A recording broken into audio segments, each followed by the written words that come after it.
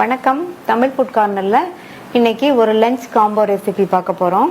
தேங்காய் பால் புதினா சாதமும் அதுக்கு சைட் டிஷ்ஷாக உருளைக்கிழங்கு கிரேவியும். இந்த புதினா சாதத்துக்கு இந்த கிரேவி சைட் டிஷ்ஷாக வச்சு சாப்பிட்றதுக்கு ரொம்பவே சூப்பராக இருக்கும். ரெண்டையுமே நம்ம ரொம்ப ஈஸியாக பண்ணிடலாம். இப்போ எப்படி பண்ணுறதுன்னு பார்க்கலாம். இது வரைக்கும் தமிழ் ஃபுட் கார்னர் சேனலை சப்ஸ்கிரைப் பண்ணாதவங்க சப்ஸ்கிரைப் பண்ணிக்கோங்க. உருளைக்கிழங்கு கிரேவி பண்ணுறதுக்கு இந்த குக்கரில் 1 டேபிள் ஸ்பூன் எண்ணெய் சூடானதும் 1 டீஸ்பூன் சீரகம், 1 பிரிஞ்சி இலை, 1/4 கப் அளவுக்கு பொடியாக கட் பண்ண வெங்காயம், இது கூட 1/4 டீஸ்பூன் பெருங்காய பவுடர் சேர்த்து வதக்கிக்கலாம். வெங்காயம் வதங்கி ஓரளவு கலர் சேஞ்ச் ஆகிருக்கு. இது கூட க்யூப்ஸாக கட் பண்ண 1/4 கிலோ உருளைக்கிழங்க சேர்க்குறேன்.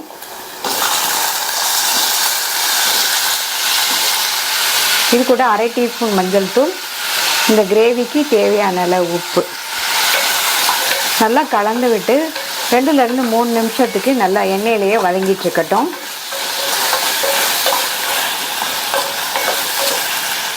மூணு நிமிஷம் ஆச்சு. இது கூட 1/2 table spoon Kashmir chilli powder, 1 teaspoon தனி மிளகாத்தூள், 1 டேபிள் ஸ்பூன் கொத்தமல்லி தூள், 1/2 இன்ச் அளவுள்ள இஞ்சியையும் 2 பச்சை மிளகாவையும் க்ரஷ் பண்ணி வச்சுருக்கேன். அதை சேர்த்துட்டு எல்லாமே பச்சை வாசனை போக ஒரு 2 நிமிஷம் வதங்கட்டும். நம்ம சேர்த்து அந்த மசாலா தூளோட பச்சை வாசனை எல்லாம் போயிடுச்சு. 2 மீடியம் சைஸ் தக்காளியை இந்த மாதிரி பேஸ்ட் மாதிரி அரைச்சி சேர்த்துட்டு இது கூட 1 கப் அளவுக்கு தண்ணி சேர்க்குறேன். நான் இதில் சேர்த்துருக்கிற தண்ணி 200 ml இருக்கும். கிரேவி கொதிக்க ஆரம்பித்ததுக்கப்புறமா இது கூட கொஞ்சமாக கொத்தமல்லி இலைகளும் 1/4 டீஸ்பூன் கரம் மசாலா தூளும் சேர்த்து நல்லா கலந்து விட்டுட்டு மூடி வச்சிடலாம்.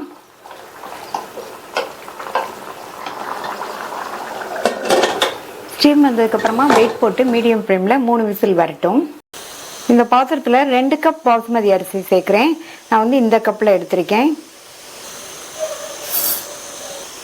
எந்த கப்பில் நீங்கள் அரிசி எடுக்கிறீங்களோ அதே கப்லேயே மற்ற எல்லாத்தையும் அளந்துக்கணும். இதை வாஷ் பண்ணிவிட்டு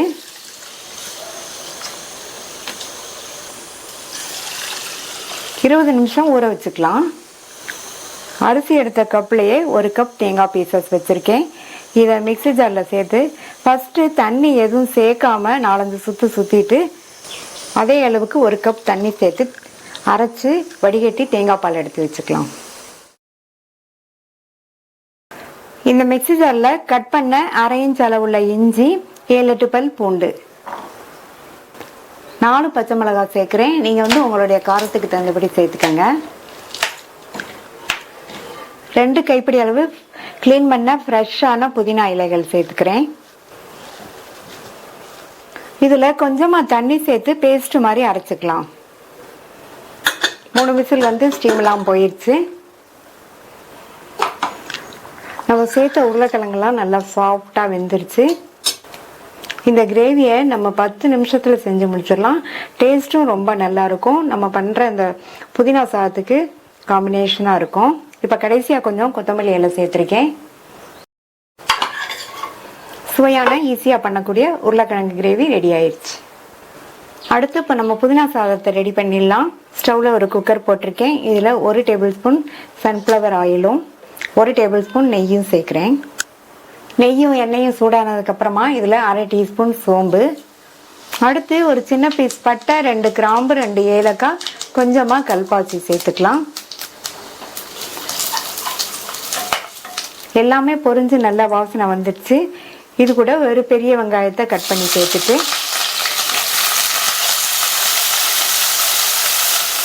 லைட்டாக வதக்கிட்டு இது கூட 10-12 போல் முந்திரியை சேர்த்து வறுத்துக்கலாம். நம்ம சேர்த்த வெங்காயம் வதங்கி அதனுடைய கலர் லைட்டாக மாறி வரட்டும்.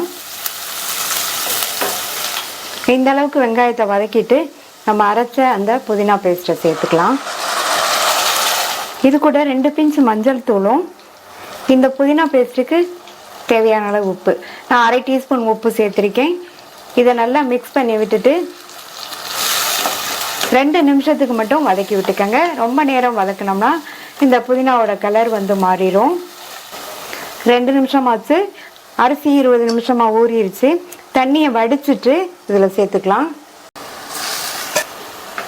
இந்த அரிசியை இந்த மசாலாவில் நல்லா ஒரு பிரட்டி விட்டுட்டு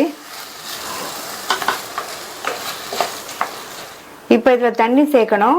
1 கப் அரிசிக்கு 1.25 கப்பு தண்ணி சேர்க்கணும். நம்ம 2 கப் அரிசி எடுத்துருக்கிறதுனால 3.5 கப் தண்ணி சேர்க்கணும். 3.5 கப் தண்ணிக்கு நம்ம தேங்காய் பால் 1.5 கப் வச்சுருக்கோம். அதை சேர்த்துட்டு அது போக 2 கப் தண்ணி சேர்த்துக்கலாம். புதினா மசாலாவுக்கு உப்பு சேர்த்தோம். இப்போ இந்த அரிசிக்கு தேவையான அளவு உப்பு நல்லா மிக்ஸ் பண்ணி விட்டாச்சு. இது ஒரு கொதி வரட்டும். இப்போ கொதிச்சு வந்துருச்சு. நல்லா ஒரு தடவை மிக்ஸ் பண்ணி விட்டுட்டு மூடி வச்சிருங்க. ஸ்டீம் வந்ததுக்கு அப்புறமா வெயிட் போட்டு மீடியம் ஃப்ளேம்ல ஒரே ஒரு விசில் மட்டும் வரட்டும். மீடியம் ஃப்ளேம்ல ஒரு விசில் வந்துருச்சு.